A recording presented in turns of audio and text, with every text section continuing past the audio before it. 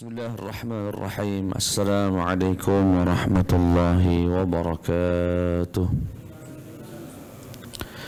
Alhamdulillahi rabbil alamin. Wa sallallahu ala sayyidina wa maulana Muhammadin sallallahu alaihi wasallam wa ala alihi wa sahbihi ajma'in, amma ba'd. Jemaah sekalian yang dimuliakan oleh Allah Subhanahu wa taala, alhamdulillah, puja dan puji syukur senantiasa kita persembahkan kehadirat Allah Subhanahu wa taala atas seluruh nikmat yang Allah berikan. Semoga Allah menggolongkan kita di antara hamba-hambanya yang pandai bersyukur. Amin ya rabbal alamin. Salawat beriring salam terlimpah curahkan kepada suri tauladan kita, Nabi besar Muhammad sallallahu alaihi wasallam. Semoga kita betul-betul bisa menjadikan beliau sebagai uswatun hasanah, contoh terbaik kita dalam segala tindak tanduk, ucapan, gerak-gerik kita semua, sehingga kelak kita insyaallah diberikan syafaat Nabi besar Muhammad sallallahu alaihi wasallam. Amin ya rabbal alamin.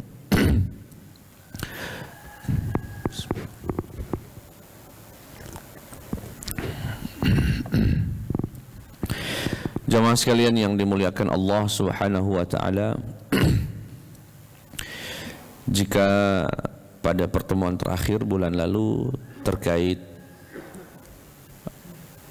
mukjizat Nabi pada perang Badar, di mana pada perang Badar itu Nabi sebelum perang sudah memberitahu kalau si fulan bakal matinya di sini, si ini matinya di sini, ini matinya di sini, dan semuanya terbukti.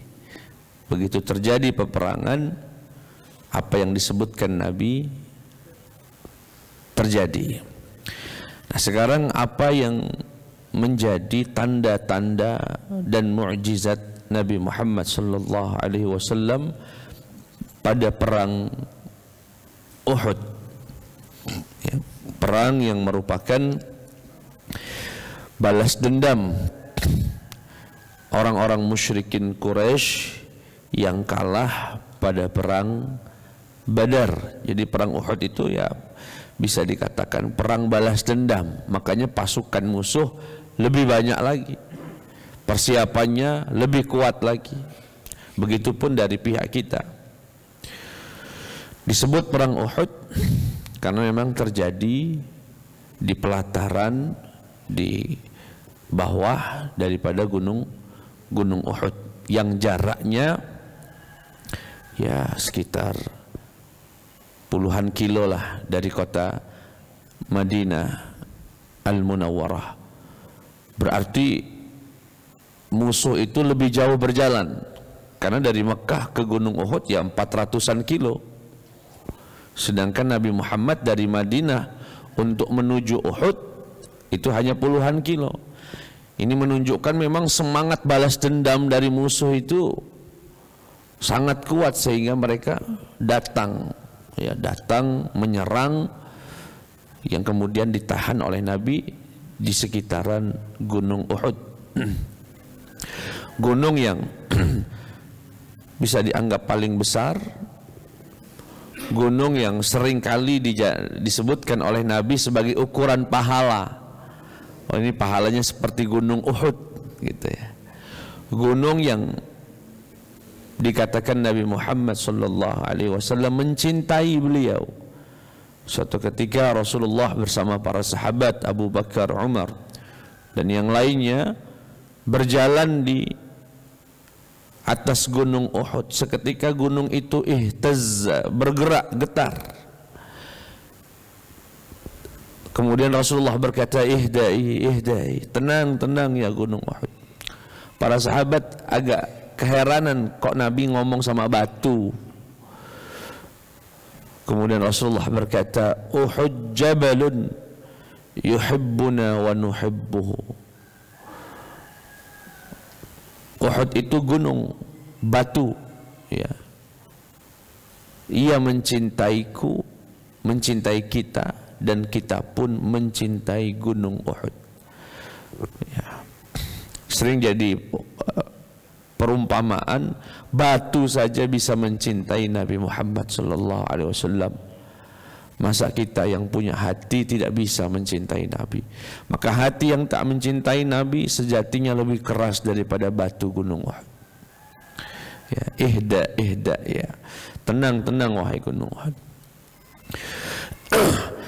Baik, itu sebagai permulaan sebelum kami bacakan riwayat-riwayat yang merupakan tanda-tanda kemu'jizatan dan kenabian Nabi Muhammad sallallahu alaihi wasallam.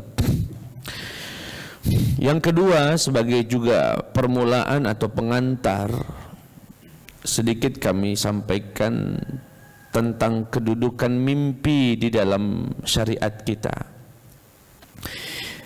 Mimpi sebagaimana disebutkan oleh Profesor Dr. Muhammad Abu Bakar Ismail, salah satu ahli tafsir di Mesir, terbagi menjadi 3 mimpi itu. Yang pertama, ru'yatun salihah, mimpi baik. Mimpi baik. Ciri-cirinya ya, pertama, mimpi itu bisa diceritakan. Artinya orang itu ketika bangun tidur, ketika disuruh menceritakan mimpinya itu pacak tahu mulainya dari mano, berakhirnya mak mano. Coba cerita, bisa dia, oh awalnya mak ini. Nah, ini ciri-ciri mimpi yang punya makna, Pak, punya arti, dan maknanya relatif baik. Cuma pengen tahu baik tidak baiknya, merujuk kepada ahli tafsir mimpi, dan ini nggak sembarang orang. Ya, kami punya beberapa buku di rumah, salah satunya karya Profesor Muhammad Abu Bakar Ismail yang mengumpulkan tentang tafsiran-tafsiran mimpi. Ada juga salah satu buku yang dinisbatkan kepada Al-Imam Ibnu Sirin ribuan tahun yang lalu. Nah, ini mimpi. Nah, kalau dapat mimpi baik ini apa yang kita lakukan, Ustadz? Ya, yang pertama berdoa semoga mimpi itu betul-betul terwujud. Yang kedua, boleh diceritakan ke orang lain, boleh bercerita kepada orang yang memang senang dengan kita, ceritakan, wah aku mimpi mak ini semoga baik kage terwujud. Ya. Saya ingat betul itu, Pak, sampai saya baca tafsirnya. Kalau Bapak Ibu mimpi mancing ikan dan mancingnya itu dapat terus, dapat gitu, Pak, ya, itu insya Allah bakal dapat rezeki besar, Pak. Dan terbukti nih ya, aku mimpi dulu di Mesir sebagai mahasiswa, Pak, ya. Mimpi sedang naik kapal itu, Pak, ngelempar apa itu kail pancing. Nah dapat, baru naruh, nah dapat lagi. Senengnya di mimpi itu. Apalah kira-kira mimpinya? Aku buka buku, bakal dapat rezeki. Minggu-minggu itu aku nanti apalah rezekinya ini apa? Betul, Pak. Kami lagi duduk di Masjid Al-Azhar itu, tahu-tahu ada yang nepuk aku. Akhi, katanya, ini ada titipan amplop, Pak. Noh, dari siapa? Ada jamaah kita sholat biasa. Kebetulan kami dulu ngimam di Mesir. Ada titipan dari jamaah buat Ustadz, katanya. Kujingok, ya lumayan, Pak, sekian ribu pon. Ya kalau di Indonesia kan kisaran 5-6 juta lah. Zaman itu untuk mahasiswa, wah, alhamdulillah sekali itu. Ini caknya tafsir mimpi aku itu. Nah, itu mimpi baik. Yang pertama, jadi boleh kita ceritakan kepada orang lain, kemudian kita berdoa semoga Allah kabulkan. Yang kedua, mimpi buruk. Kalau mimpi buruk sama, ciri-cirinya bisa diceritakan. Bisa diceritakan itu artinya bukan boleh ya, bukan boleh diceritakan, tapi bisa. Dia kalau diminta menceritakan tahu awalnya mak mano, tengahnya mak mano, akhirnya mak mano. Bisa dia ceritakan. Tapi identiknya buruk. Nah, ini ru'yah disebut dengan ru'yah syaitaniyah. Mimpinya dari setan. Kalau mengalami ini, apa yang kita lakukan? Pertama, begitu bangun, kita biasanya panik, kita biasanya tidak nyaman, ya. Disunnahkan oleh Nabi untuk meludah ke kiri 3 kali, tapi bukan ludah banyak, apalagi di sebelah wong. Jadi kenyataan kaget mimpinya. Sekedar isyarat saja, pe. Sebelumnya baca a'udzubillahi minasyaitonirrajim, a'udzubillahi minasyaitonirrajim, a'udzubillahi minasyaitonirrajim. Insyaallah enggak terwujud. Insyaallah. Yang kedua, kalau dapat mimpi yang semacam itu, jangan diceritakan ke orang lain kecuali orang yang kita yakini bisa menafsirkannya. Ya. Dan berdoa agar betul-betul mimpi buruk itu tidak terjadi. Nah, ini jenis mimpi yang kedua, ru'yah syaitaniyah. Saya kasih contoh, saya pernah mimpi sosok yang ya merupakan salah satu jamaah dan tidak pernah saya pikirkan, dalam artian tidak dalam sedang mikirin dia gitu ya. Di mimpi itu dia lagi di sidang, Pak. Di sidang, orang tuanya ada di depannya, saya di belakangnya. Jingok, dihukum mati. Di mimpi itu, dihukum mati. Rasa sedih sekali. Orang tuanya juga nangis-nangis di mimpi itu. Kemudian setelah diputus hukum mati, dia dimasuk ke dalam ruangan. Aku tuh penasaran apalah yang dilakukan dalam ruangan itu. Kemudian di dalam mimpi itu aku mimpi lagi, artinya mimpi di dalam ketemu dia, ketemu rohnya siapa? Ya. Aku tanya, kamu di dalam ruangan itu diapakelah? Disetrum Ustaz sampai mati. Wih, hukum matinya disetrum. Bangun aku coba. Dan orang ini sudah hampir ya setahunan tidak ketemu. Langsung ku telepon, ku hubungi, suruh main ke rumah. Aku buka tafsir mimpi. Aku minta dia yang cerita dulu. Saya begitu sampai di rumah, ada apa lah? Kenapa Ustadz? Ya pokoknya ada sesuatu. Kamu sekarang gimana kondisinya? Apa? Enggak ada apa-apa Ustadz, biasa baik, yang jujur. Nah, saya sebelum ketemu dia itu dapat tafsirannya bahwasanya dia dalam posisi yang tidak baik dan sedang memutuskan keputusan yang salah. Itu tafsir mimpi kalau dihukum mati, Pak. Salah satu tafsirannya, dia sedang ada masalah yang harus ada keputusan dan keputusannya dalam posisi yang salah. Jujur, tahu-tahu nangis dia, Pak. Nangis, teman ini nangis. Jamaah lah ya. Begitu nangis, coba cerita ada apa? Ya Ustadz, aku siang ini nak cerai istri aku. Siang ini mau mencerai istrinya. Sedang ribut dan sudah mikir tadi malam, keputusannya mau cerai. Langsung saya katakan batalkan itu. Batalkan. Kenapa Ustadz? Saya ceritakan mimpinya. Begini. Ya Alhamdulillah, sampai hari ini rumah tangganya tidak jadi bercerai. Ini namanya ru'yah syaitaniyah, ru'yah yang buruk, mimpi yang buruk, dan ada maknanya. Ada maknanya. Yang ketiga yang disebut oleh Profesor Dr. Muhammad Abu Bakar Ismail dengan adghathul ahlam, mimpi yang tak katik maknanya. Bahasa kita di masyarakat bunga tidur. Ciri-cirinya kalau dia bangun tidur tidak pacak menceritakannya, bingung dari mana mulai mimpi itu, berantakan. Nah, ini yang paling sering ini Pak. Entah ketemu siapa di mana, enggak jelas. Apa ya? Nah, itu enggak ada maknanya. Itu bunga tidur Pak. Yang disebut dengan adghathul ahlam. Nah, ini saya berikan permulaan tentang mimpi ini karena yang akan saya baca ini dalam banyak riwayat terkait tanda-tanda kebesaran atau tanda-tanda kenabian Nabi Muhammad dan mukjizat pada perang Uhud itu rata-rata lewat mimpi, Pak. Mimpi Nabi Muhammad sallallahu alaihi wasallam. Bahkan Nabi berkata, "Ar-ru'ya salihah juz'un min 46 nubuwah."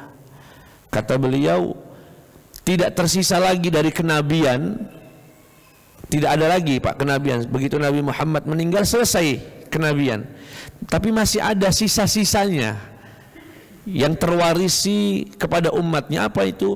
Kata beliau, 1 dari 46 kenabian adalah mimpi baik dari orang baik.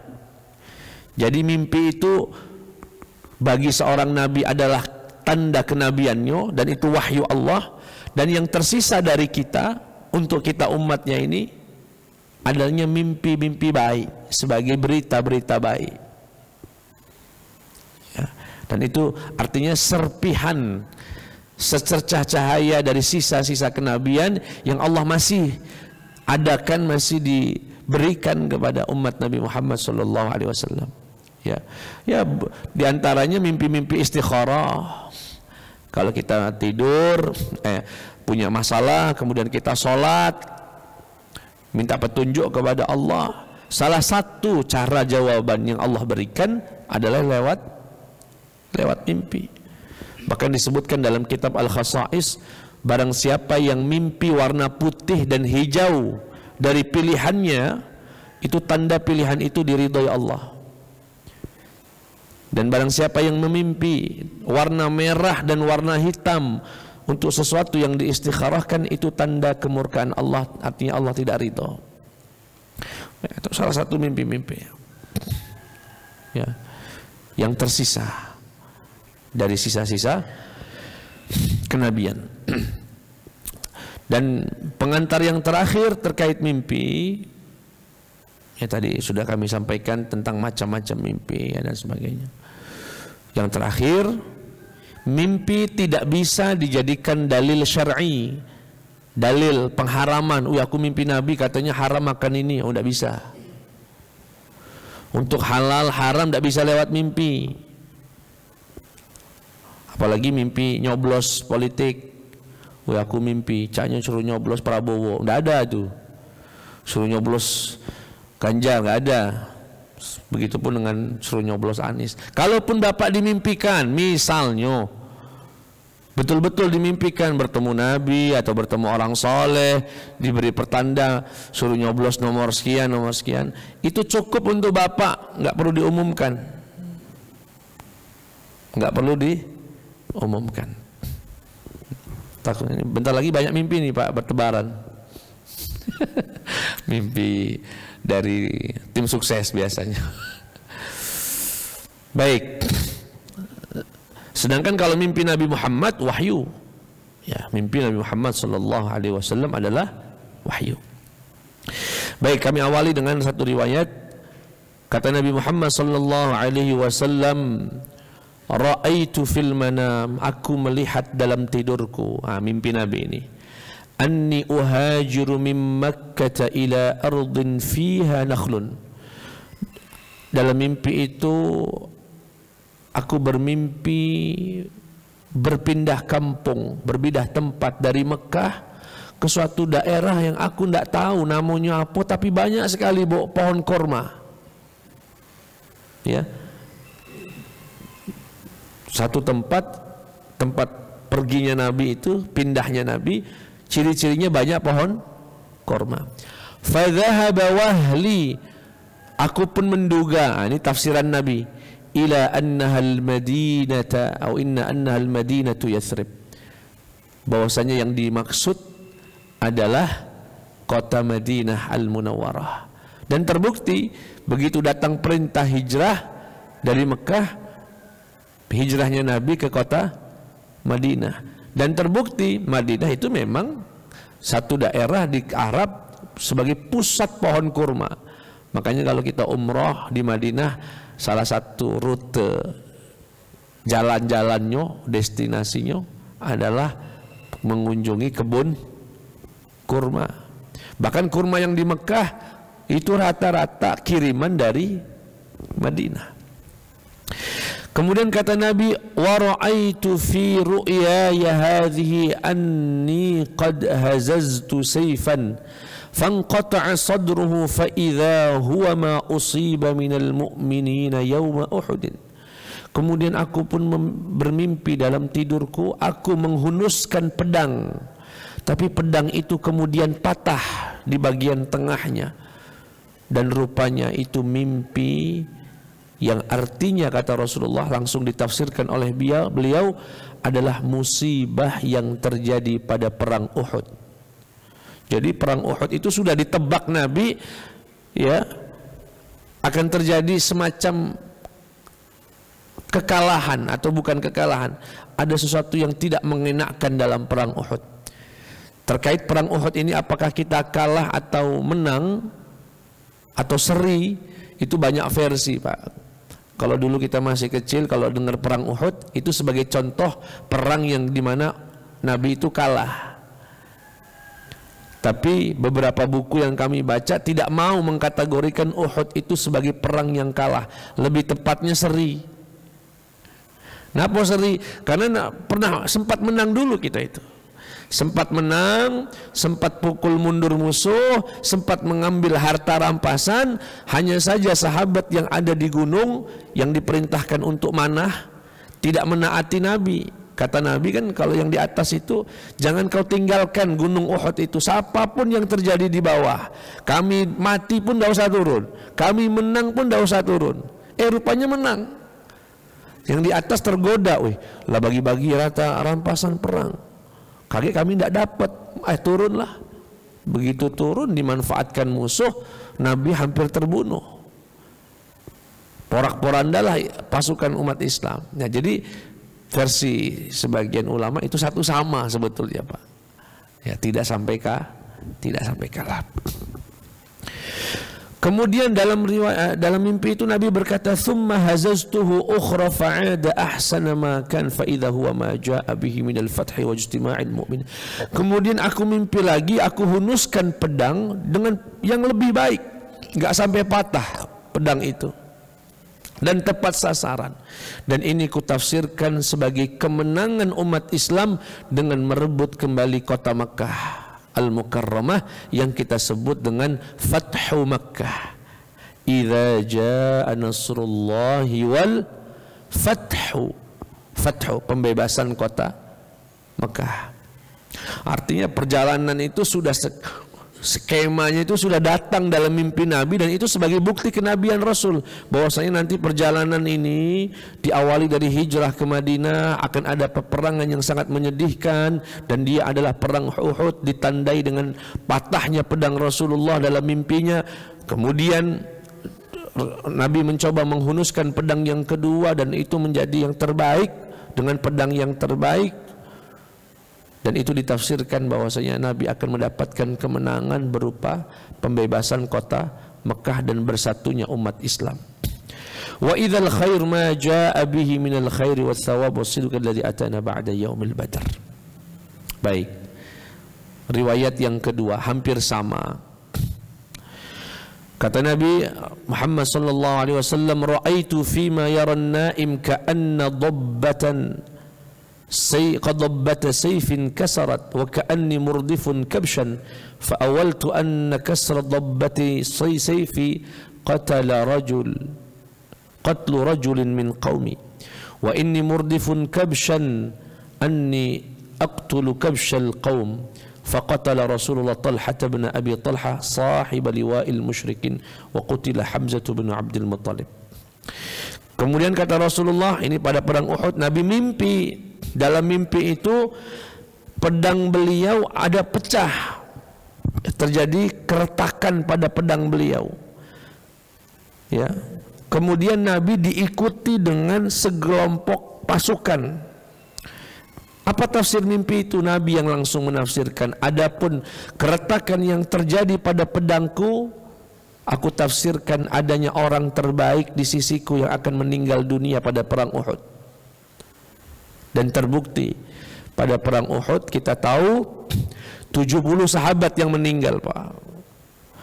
Di antaranya sahabat Mus'ab bin Umair, Sa'ad bin Rabi', dan yang paling menyedihkan Nabi Muhammad sallallahu alaihi wasallam adalah wafatnya mamang beliau, saudara sesusuan beliau, sahabat yang dijuluki dengan singanya Allah Subhanahu wa taala. Beliau adalah sahabat Hamzah ibnu Abdul Muttalib yang meninggal pada perang Uhud, terbunuh di tangan Wahsy, budak yang diperintahkan oleh perempuan bernama Hindun, yang kemudian jantungnya digigit bahkan dimakan saat perang Uhud. Jadi begitu ditemukan jasadnya, dada itu sudah terbelah dan jantung yang terlepas. Itu di mimpi Nabi. Nabi sudah mengira ini ada yang bakal meninggal, nih orang terdekat saya nih.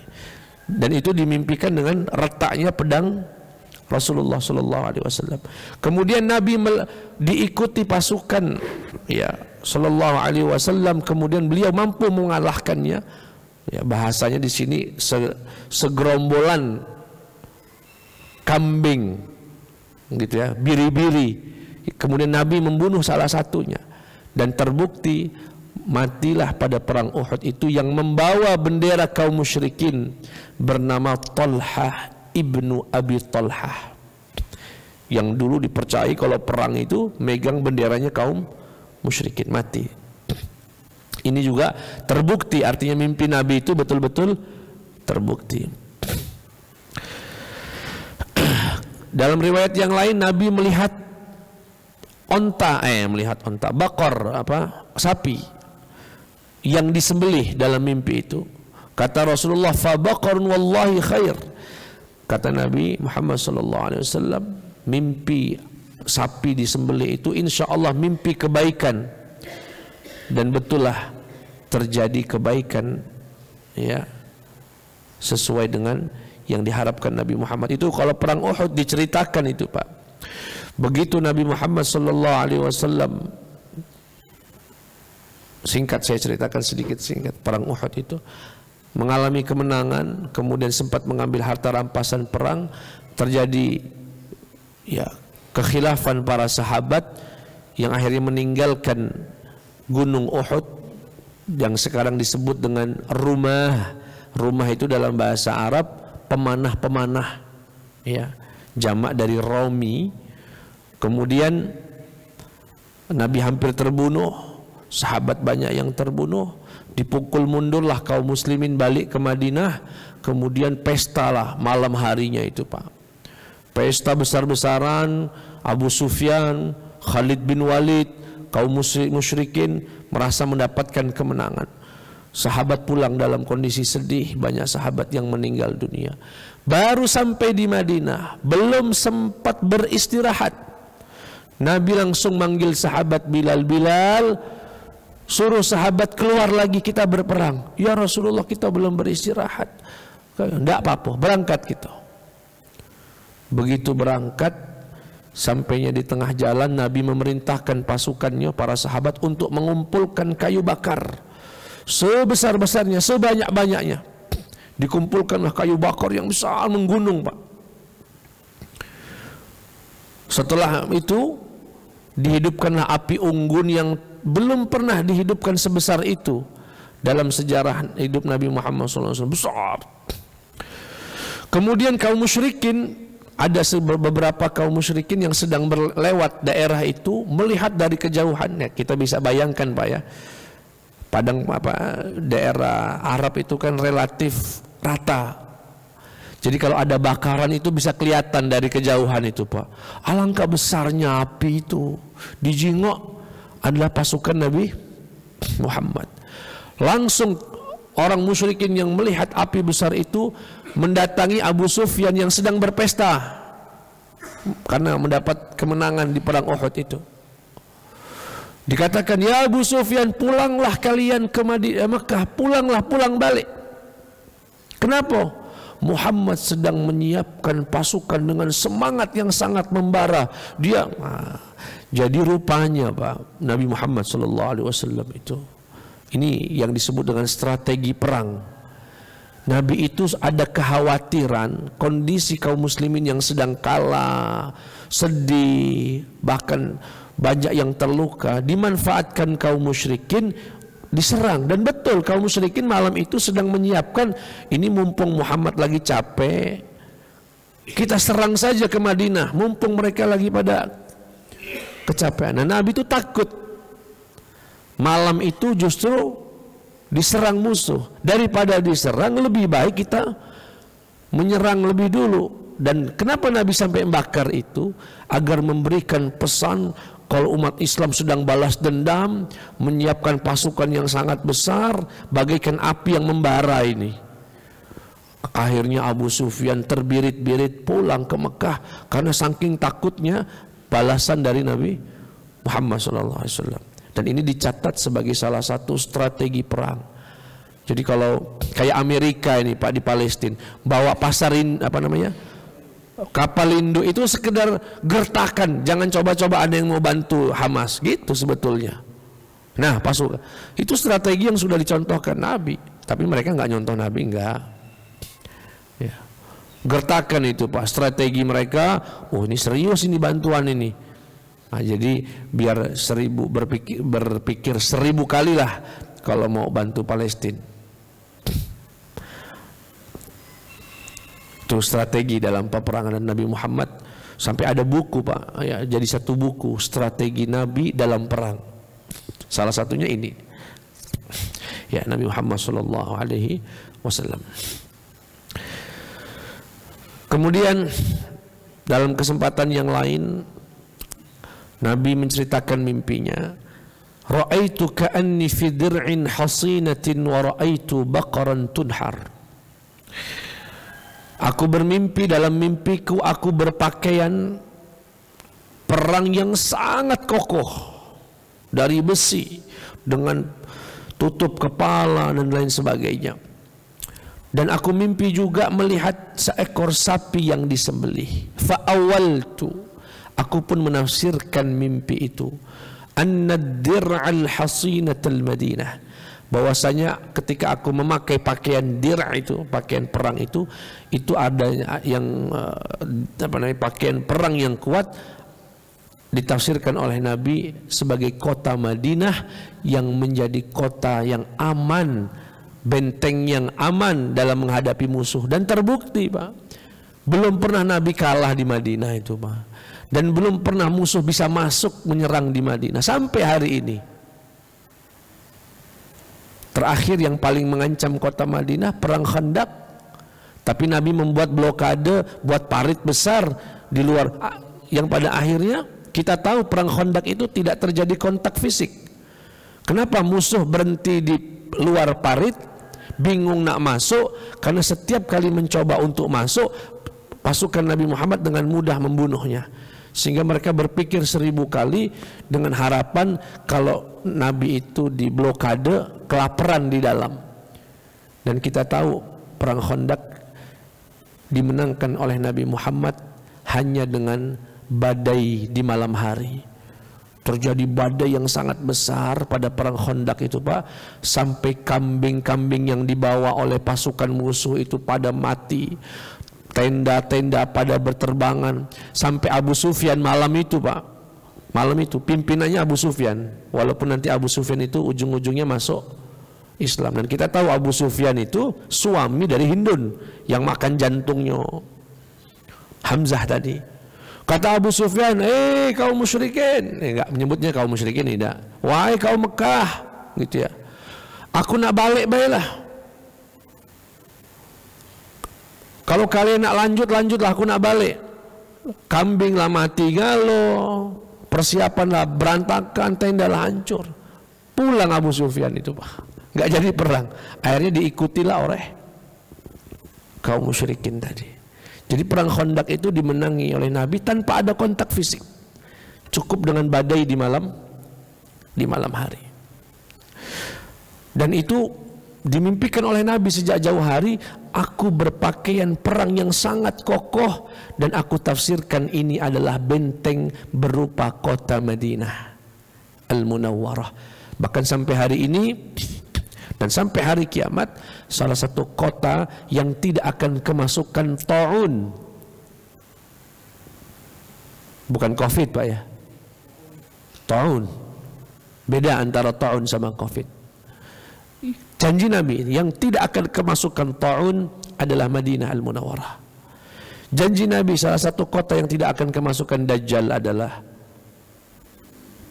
kota Madinah Al-Munawwarah. Ya. Dan itu dimimpikan oleh Nabi. Madinah itu digambarkan dengan baju perang yang sangat kokoh.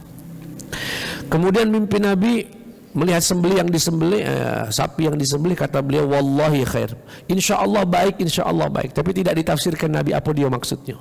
Intinya baik. Faqala ashabuna. Nah, ketika mimpi itu disampaikan, ada sahabat itu semacam cak ragu-ragu itu Pak nak perang. Lau anna aqamna bil madinati fa in dakhalu alaina fiha qatalnahum faqalu wallahi ya Rasulullah ما دخل علينا في الجاهلية فكيف يدخل علينا فيها في الإسلام فقال شأنكم إذن فلبس لأمته قال فقالت الأنصار رددنا على رسول الله رأيه فجاءوا فقالوا يا نبي الله شأنك إذن فقال شأنك إذن فقال إنه ليس لنبي إذا لبس لأمته أن يضعها حتى يقاتل. Jadi Nabi setelah mimpi itu, ini sebelum perang Uhud diceritakan mimpi itu, bahwasanya Madinah ini aman. Nabi berkata bahwasanya kita nanti kalau betul-betul tinggal di Madinah, ya, kalau ada musuh yang masuk, berani masuk, kita akan perangi mereka.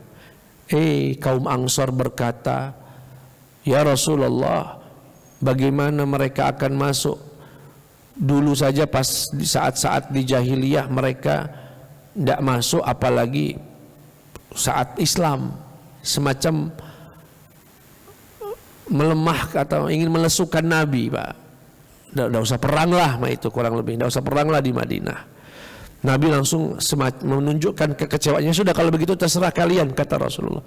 Ya sudah kalau nggak mau jadi perang, terserah kalian. Pulang Ansar, mikir Nabi itu cak kecewa, tidak enak nih, kita berarti tadi hampir menolak pendapat Nabi. Balik lagi Ansar, ya Rasulullah, jangan terserah kami, justru terserah engkau, apapun keputusanmu kami siap. Kemudian kata Nabi, tidak pantas seorang Nabi kalau sudah pakai baju perang untuk meletakkannya, nggak pantas. Jadi ini jawaban Nabi, bahwasanya Nabi itu kalau sudah ngajak perang itu nggak main-main, memang perang nian, jangan mundur. Kata beliau, innahu laisa linabiyyin, sesungguhnya tidak pantas bagi seorang nabi, idza labisa li ummatihi, jika sudah menggunakan pakaian perang, sudah mengambil senjatanya, an yadha'aha, untuk membatalkannya, hatta yuqatil, sampai betul-betul perang. Jadilah perang. Dan itu sepertinya dicontoh oleh pasukan para mujahidin di Palestina. Mau 1000 tank datang, kalau sudah perang, perang bismillah. Karena bagi umat Islam itu Pak, ish kariman au mut syahidan, hidup mulia atau mati syahid, pilihan cuma dua. Nggak ada gentarnya umat Islam itu Pak. Walaupun kita sedih yang luar biasa, tapi kalau kita dengar pidato-pidato mereka itu Pak, pidato kaum muslimin ketika menghadapi Israel itu luar biasa, nggak ada gentarnya Pak, nggak ada takutnya. Bahkan ada, saya baca kemarin itu, ya luar biasa. Bukan baca, mendengar cerita dari orang Malaysia yang menikah dengan orang Palestina. Kebetulan sebelum tanggal 7 Oktober dia pulang ke Malaysia, suaminya nih yang orang Malaysia. Tahu-tahu terjadi konflik Dia telepon istrinya yang punya anak 6 atau 7. Wahai istriku, apakah aku balik ke Palestina untuk membawamu ke Malaysia dengan anak-anak? Apa jawaban istrinya? Suamiku, jika engkau datang ke Palestina untuk membawaku dan anak-anakku, engkau hanya bisa menyelamatkan keluargaku saja.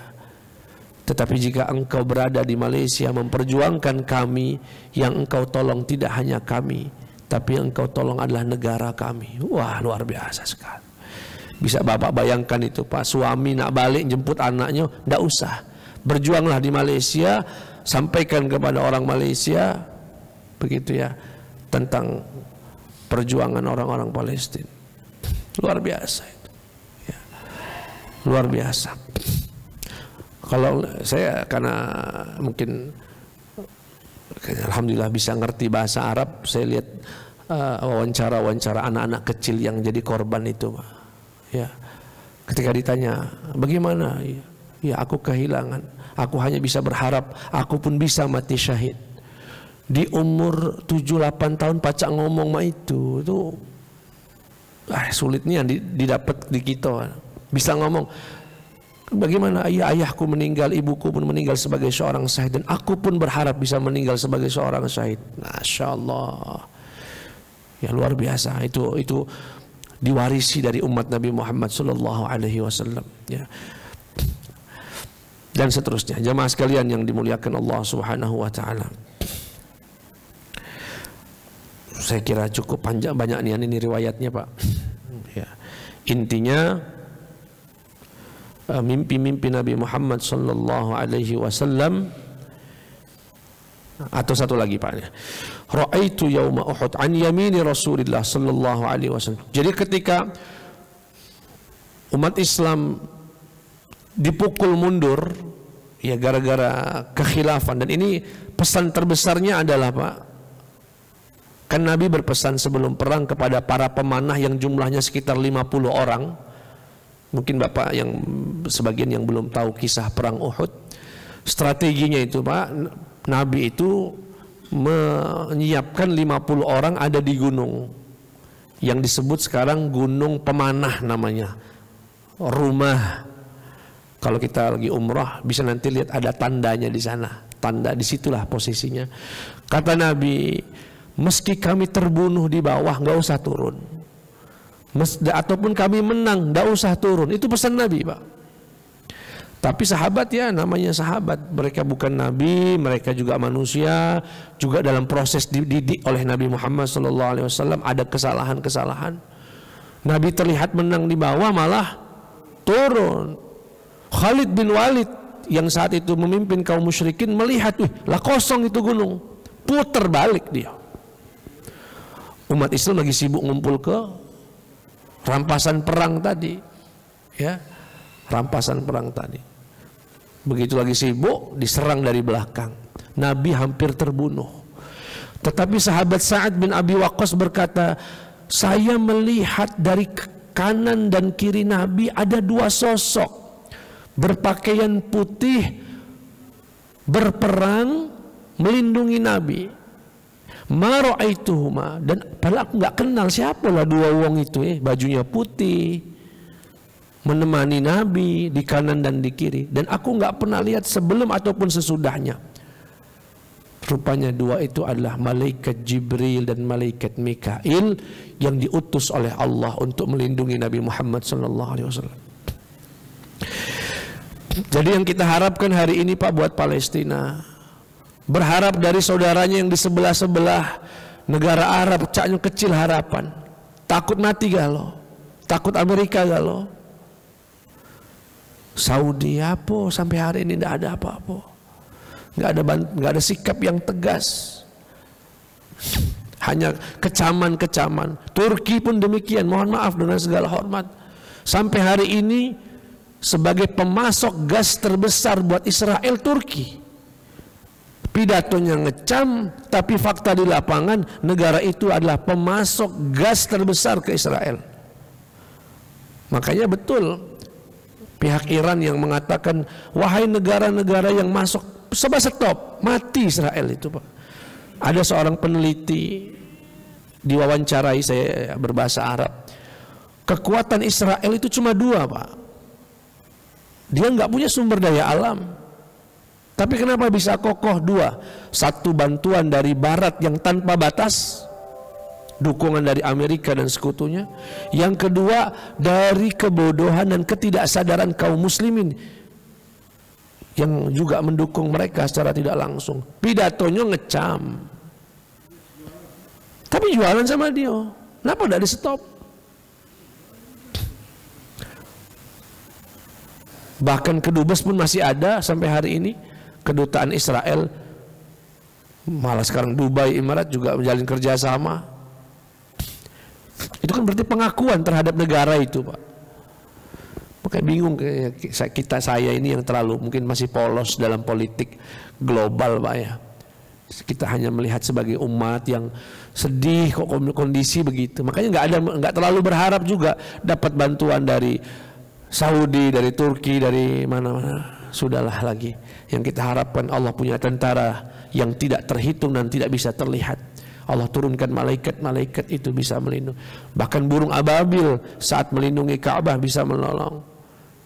Allah lebih yang kita harapkan. Betul-betul tawakal ala Allah. Kita doa, ya Rabb, kirimkan tentara-tentaramu yang dahsyat itu untuk bisa menolong saudara-saudara kita di Palestina. Amin amin ya Rabbal. Sebagaimana engkau turunkan Jibril, malaikat Jibril dan Mikail melindungi kekasihmu Nabi Muhammad sallallahu alaihi wasallam. Amin amin ya Rabbal alamin.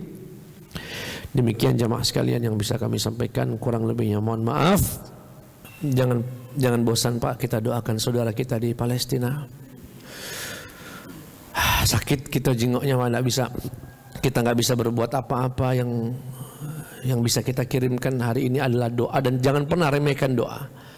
Ad-du'a silahul mu'min. Doa itu senjatanya orang mukmin. Ya Allah, semoga dari berkahnya pagi hari ini, dari majelis kami ini, ya Allah, kami kirimkan doa kami ya Rabb buat saudara-saudara kami di Palestina, di Gaza. Lindungi mereka, nyawa mereka, harta mereka, negeri mereka ya Allah. Berikan pertolongan-Mu ya Allah kepada para mujahidin, para muqawimin. Innaka ala kulli syai'in qadir ya Jabbar ya Qahar. Tunjukkan kepada kami ya Allah, perlihatkan kepada kami ya Allah keajaiban kuasa-Mu atas Israel ya Allah. Hasbunallah wa ni'mal wakil, ni'mal maula wa ni'man nasir.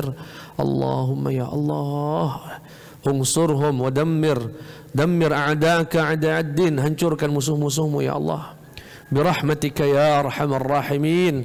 Allahumma khudhum akhdha azizin muqtadir. Wa sallallahu ala sayyidina Muhammad wa ala alihi wa sahbihi wa sallam, walhamdulillahi rabbil alamin.